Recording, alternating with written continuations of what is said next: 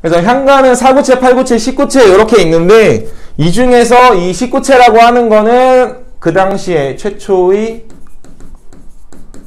정형시라고도 이야기를 부를 수가 있죠. 3단 구성의 낙구 부분에 감탄사 들어가는 것.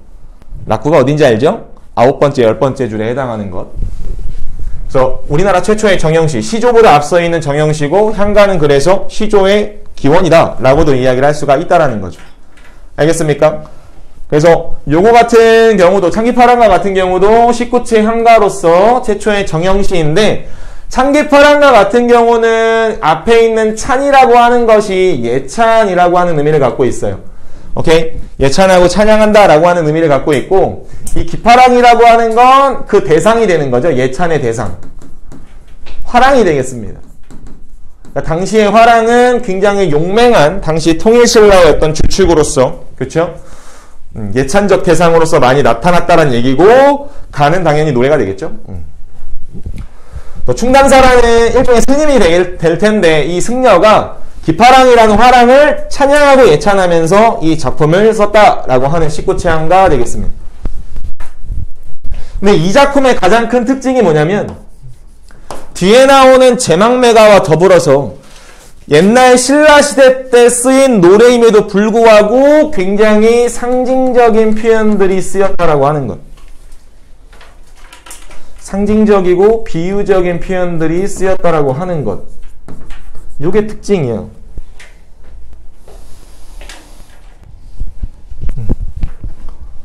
그래서 비유와 상징이 굉장히 참신하고 굉장히 이제 잘 드러나는 작품이다라고 해서 요거랑 또 이제 대표적인 작품이 또 뭐가 있어요?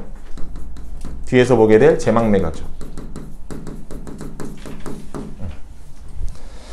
그래서 문학성이 높다라고 이야기를 합니다. 아시겠죠? 현재까지 전해지는 향가들 중에서 문학성이 굉장히 높은 작품이다.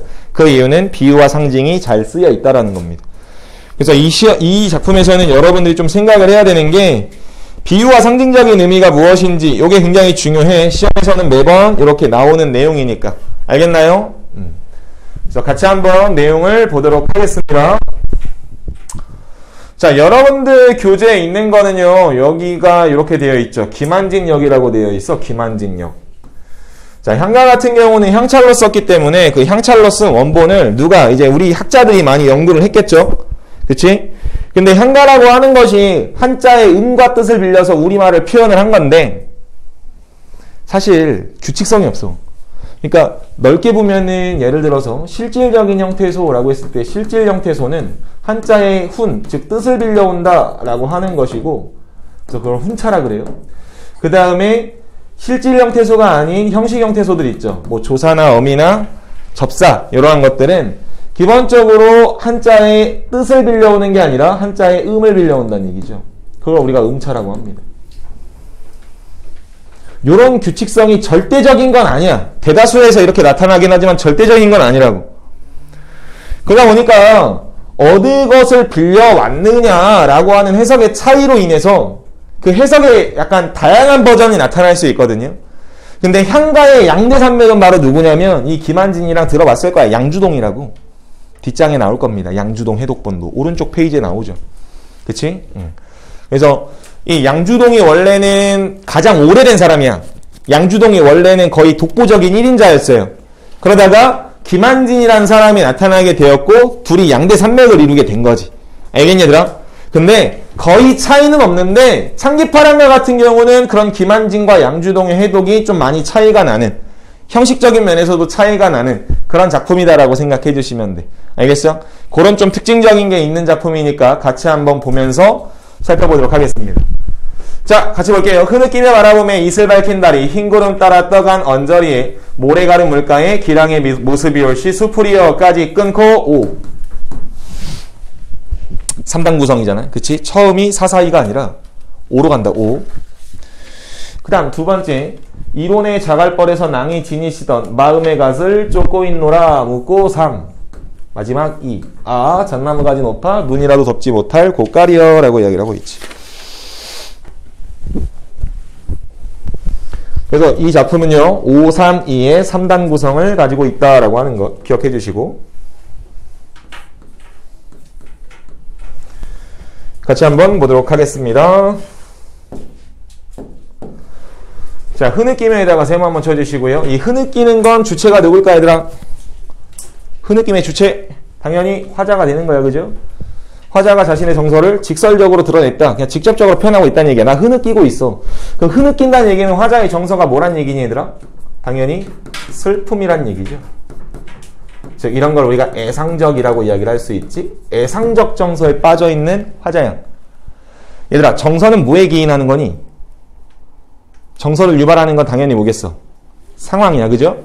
근데 이 슬픔이나 애상적이라는 거는 마이너스의 심정이야. 그러면 상황도 뭐란 얘기야, 얘들아? 마이너스란 얘기야.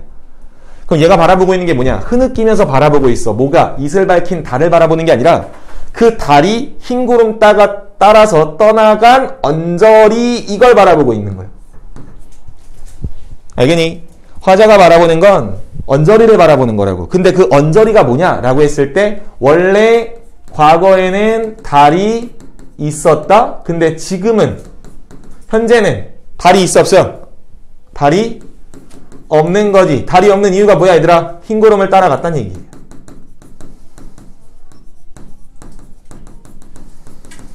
그럼 느낌이 와야지, 얘들아. 화자가 흐느끼는 이유는 뭘까? 애상적인 이유가 뭘까? 달의 부재. 알겠어? 달의 부재는 결국 화자가 원하는 소망과 거리가 멀어진, 괴리되어 있는 상황과 같다라고 보시면 되는 거죠. 그러니까 화자가 슬픈 이유는 바로 달의 부재라고 생각해 주시면 돼요.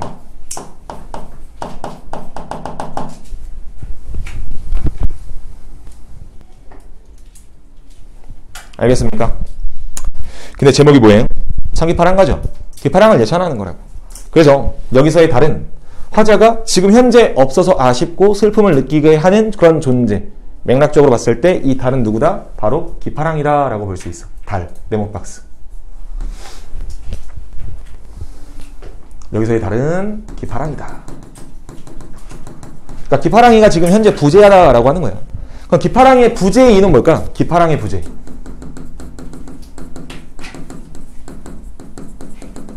기파랑이가 지금 현재 부재한 이유. 둘 중 하나. 멀리 갔거나 아예 죽었거나. 알겠죠?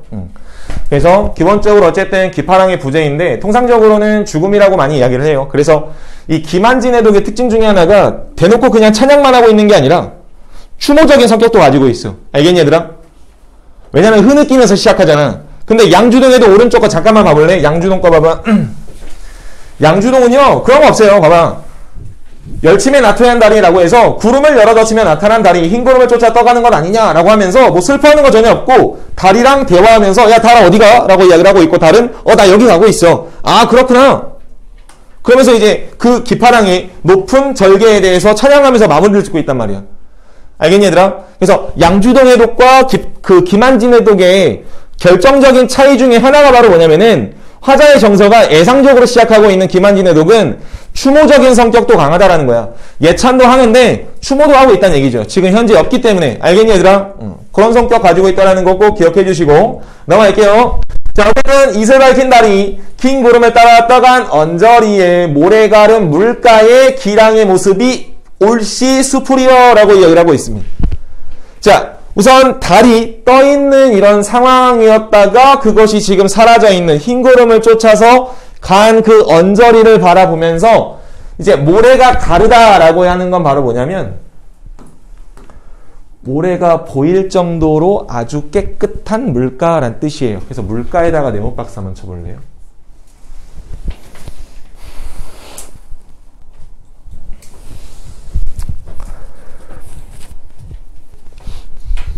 달은 왜 기파랑인지 알겠지? 그리고 그 달 언저리, 달이 떠나간 언저리에서 모래 가른 물가, 즉 모래가 다 보일 정도로 아주 깨끗하고 정갈한 그 물가에 기랑의 모습이 있다라는 거야. 알겠니, 얘들아?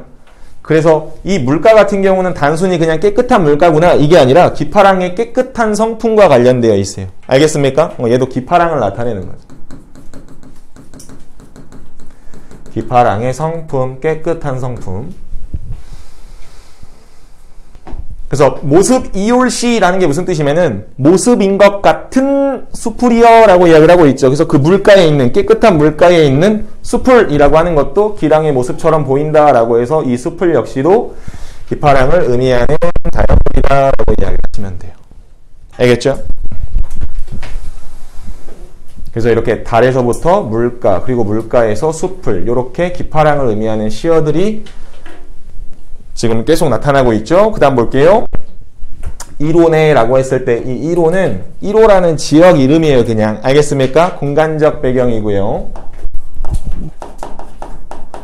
공간, 지명 1호라는 지명의 내과란 뜻이에요. 내과 알겠니? 1호 내과에서 자갈벌이라는 게 있어. 자갈벌. 자 여기도 별표 하나 넣어주시고 양주동의 해독과 차이점이 두 번째가 뭐냐면 양주동은 여기에 있는 자갈을 작고 단단하고 동글동글해서 원만하고 강직한 기파랑의 성품으로 이어가. 누구? 양주동은. 근데 얘 누구야? 김한진이죠. 얘는 그냥 1호의 자갈벌이라는 건 그냥 단순하게 공간적 배경이에요. 누가 서 있는? 바로 화자가 존재하고 있는. 알겠어요? 그래서 요거 차이점 기억하라고. 양주동 해독은 요것도 기파랑 성품으로 가. 알겠어? 강직하고 원만한 거. 사람이 되게 단단해. 그리고 둥글둥글하니 모난데 없이 원만한 거야. 사람들 대인관계가. 알겠습니까? 근데 김한진은 아니라고. 자, 그럼 자갈벌에서 그 낭, 이 낭이 누구겠니 얘들아? 기파랑이겠죠? 그 기파랑이 지니시던 마음의 끝을 쫓고 있노라 라고 하고 있습니다. 마음의 끝이라고 하는 것은 기파랑의 마음이 되겠어요. 앞에서 나왔던 뭐 이런 그 물가와 같이 깨끗한 마음이라든지 이런 것들이 반영되어 있고 그런 기파랑의 뜻을 누가 쫓고 있노라 라고 해서 화자가 지금 이 자갈벌에서 기파랑의 뜻을 쫓고 있는, 뒤따르고 있는 모습을 지금 보여주고 있는 거지. 알겠니 얘들아? 자, 그러면서 뭐라 그래요? 아, 잣나무 가지가 높아서 눈이라도 없지 못할 고깔이요. 잣나무 가지에다 네모박스. 잣나무 가지 같은 경우는 사실 얘가 초록색을 나타내긴 하는데 보통은 우리가 지조와 절개라고 한다면은 대나무나 소나무 이런 것들을 가리키잖아. 그죠? 근데 이 잣나무 가지 같은 경우는 여기서 높아라는 이 서술어 때문에, 그쵸? 높은 거야. 그러면서 눈도 덮지 못한다라고 이야기를 하고 있어요. 눈도 덮지 못한다. 보통 우리가 고전 시가에서 눈이라고 하는 거는 어떤 존재인지 한번 써보자. 고전 작품에서 눈이라고 하는 것은요, 어떤 존재냐? 우선 먼저 겨울에 내리는 눈이야. 그죠? 그리고 겨울에 내리면서 기본적으로 이제 추운 겨울이라고 하는 것, 즉 겨울은 보통 부정적인 의미가 되겠죠. 그러면서 이제 뭐 소나무라든지 아니면 대나무라든지 이런 푸른색의 이미지를 갖고 있는 걸 흰색으로 그냥 덮어버린다는 얘기야. 다시 말해서 이 눈이라고 하는 것은 다른 대상의 속성을 감추는 거죠.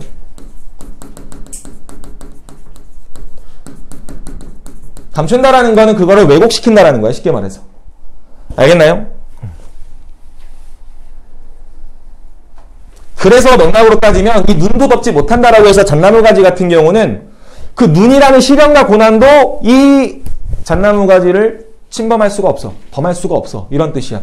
그만큼 여기서는 이 잣나무 가지가 기파랑의 고고한 이미지, 다시 말해서 고고한 절개를 의미한다. 다시 말해서 이 고고한 절개를 줄여서 고절이라고도 이야기를 해요. 고절. 눈은 시련과 고난이 되겠죠. 시련과 고난. 여기서의 고깔은 얘들아 바로 화랑의 우두머리를 상징하는 옛날에 그 화랑들의 우두머리만 썼던 고깔 모자가 있어요. 누굴까 맥락적으로 이 모자를 쓰고 있는 사람 기파랑이겠지. 이렇게 가는 거예요. 알겠습니까? 그래서 이 작품에서 여러분들이 생각해야 돼. 기파랑이를 빗댄 시어들이 뭐가 있을까? 기파랑이를 상징하는 시어들이 뭐가 있을까? 달, 물가, 숲을, 잣나무까지까지. 알겠니 얘들아? 오케이? 여기서 자갈은 들어간다 안 들어간다? 안 들어간다라는 거 꼭 기억해. 김한진 역이야. 알겠습니까? 여기까지 이해했어요?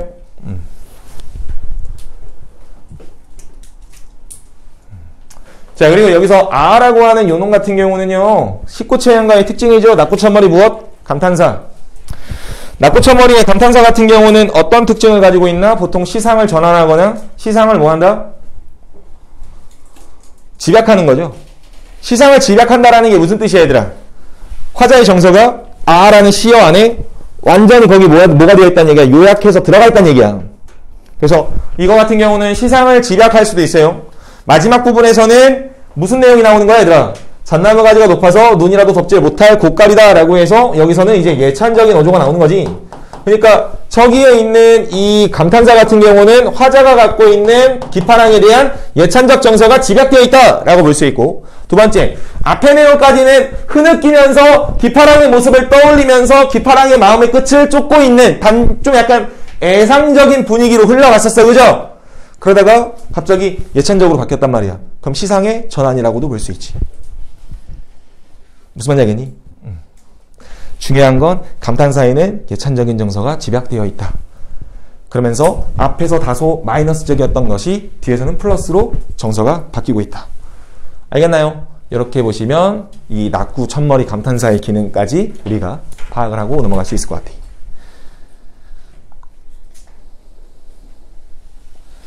여기까지. 질문?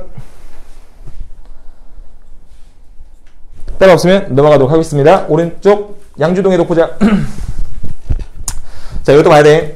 자, 양주동의 독 같은 경우는 이렇게 끊는다. 열어 젖히면 나타난 달이 흰 구름을 쫓아 떠가는 것 아니냐라고 했을 때 여기까지 끊고, 새파란 냇물에 기파랑의 모습이 있구나. 이로부터 내과 조약돌에 기파랑이 지니시던 마음의 끝을 따르고자 한다. 여기까지 끊어보시고 3, 5, 마지막 2. 자, 앞에는 5, 3, 2의 구조였다면 여기는 뭐예요? 3, 5, 2의 3단 구성. 그래서 같은 3단 구성인데 그래서 둘이 묶여 있겠지, 얘들아. 그쵸? 그리고 거기서 나타나는 차이점들도 있겠지. 하나는 예찬적이었다라고 한다면 하나는 대상에 대해서 예찬하고 있지 않아. 그쵸? 누이의 죽음을 슬퍼하고 안타까워하고 있다고. 제 창기파랑가가 의지적인가요? 아니에요. 대신에 제망미가는 의지적인 거잖아. 그치? 이러한 차이점들. 알겠습니까? 그런 것들 좀 생각하면서 두 작품들을 좀 비교해 볼 수 있어야 될 것 같아요. 그래서 두 작품이 수특에 좀 실려있지 않았을까라고 하는 것. 알겠니? 둘의 공통점은 대상의 부재라고 하는 것 꼭 기억해 주시면 될 것 같습니다. 넘어갈게요. 정신 차리고 서경별곡 보도록 합시다. 서경별곡. 이거만 보고 좀 쉬었다 갈 테니까 조금만 힘내봅시다. 자, 서경별곡이라고 하는 건 갈래가 뭐니, 얘들아? 갈래, 고려, 가요. 자, 고려가요는 뭐예요? 말 그대로 고려시대 때 불려진 노래입니다. 고려시대 때 불린 노래야. 근데 누구에 의해서 불린 노래죠, 얘들아? 지배계층이 아니라 평민계층. 다 알고 있죠? 그래서 평민들이 불렀던 노래라서 작자미상이 굉장히 많다라고 보시면 돼요. 근데 이러한 평민들의 노래가 나중에 어떻게 될까, 얘들아? 이 고려가요 같은 경우는 나중에 무슨 음악으로 들어가요? 그렇지, 궁중음악으로 들어가게 돼.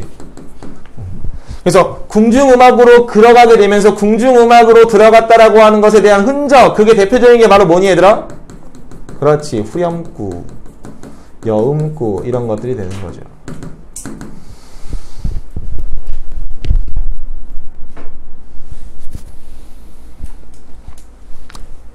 그리고 또 하나, 주제와는 관련 없는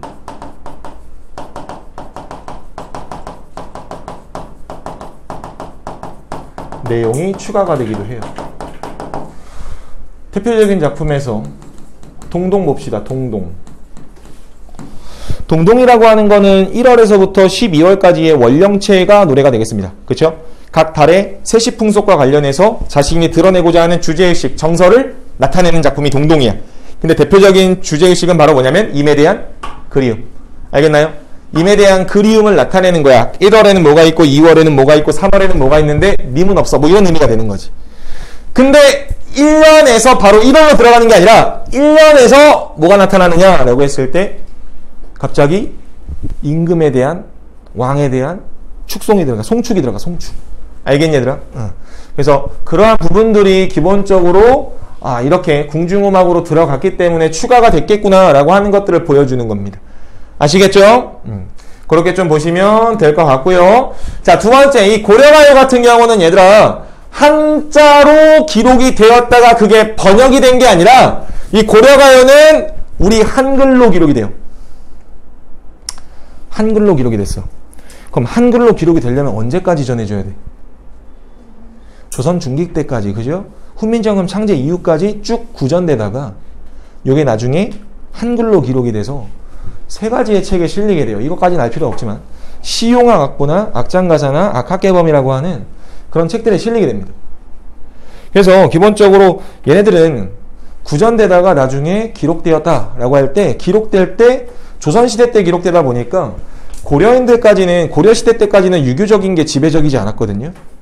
그래서 굉장히 자유로웠어, 감정 표현 자체가. 근데 조선시대로 넘어가다 보니까 그러한 것들이 많이 컷당하기 시작한 거죠. 그래서 많이 삭제되었다라는 걸로 생각해 주시면 돼요. 알겠습니까? 자, 어쨌든 그래서 얘들아, 우리 작품 내용 한번 볼 건데, 이 작품 같은 경우는 대표적인 이별의 정한의 노래가 되겠죠. 같이 한번 보도록 하겠습니다. 서경이 아들과 서경이 서울이지만은 위 두어렁숑 다링들이, 요거는 뭐야? 후렴구가 되겠다. 해석한다 안 한다? 안 한다. 그래요. 한번 정리하고 갑시다. 후렴구.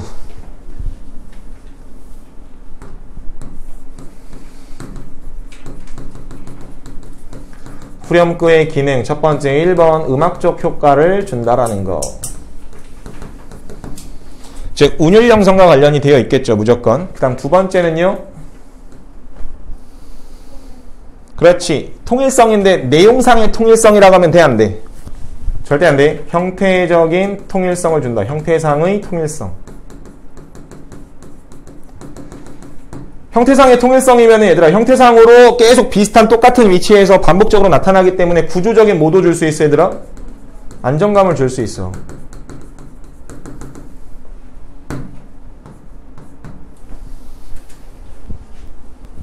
의미강조라고 쓰면 될까 안 될까? 절대로 안 돼요. 주제의식과는 관련이 없기 때문입니다.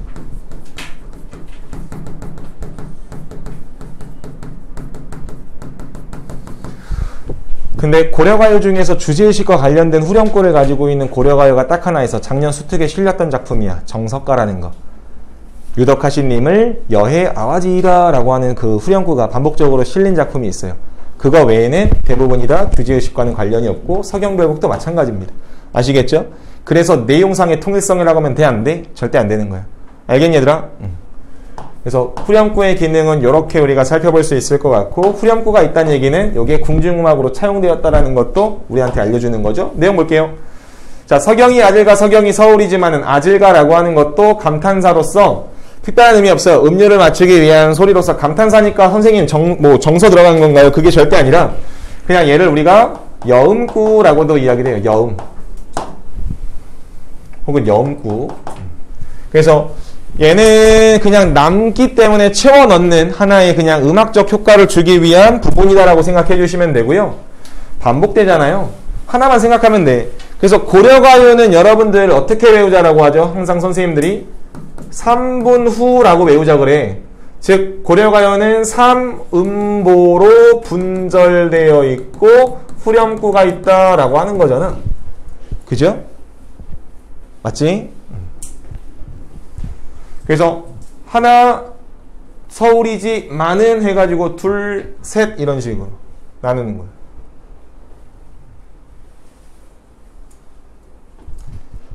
그러니까 닦은 곳 소성경 고의 말은 이것도 마찬가지고요.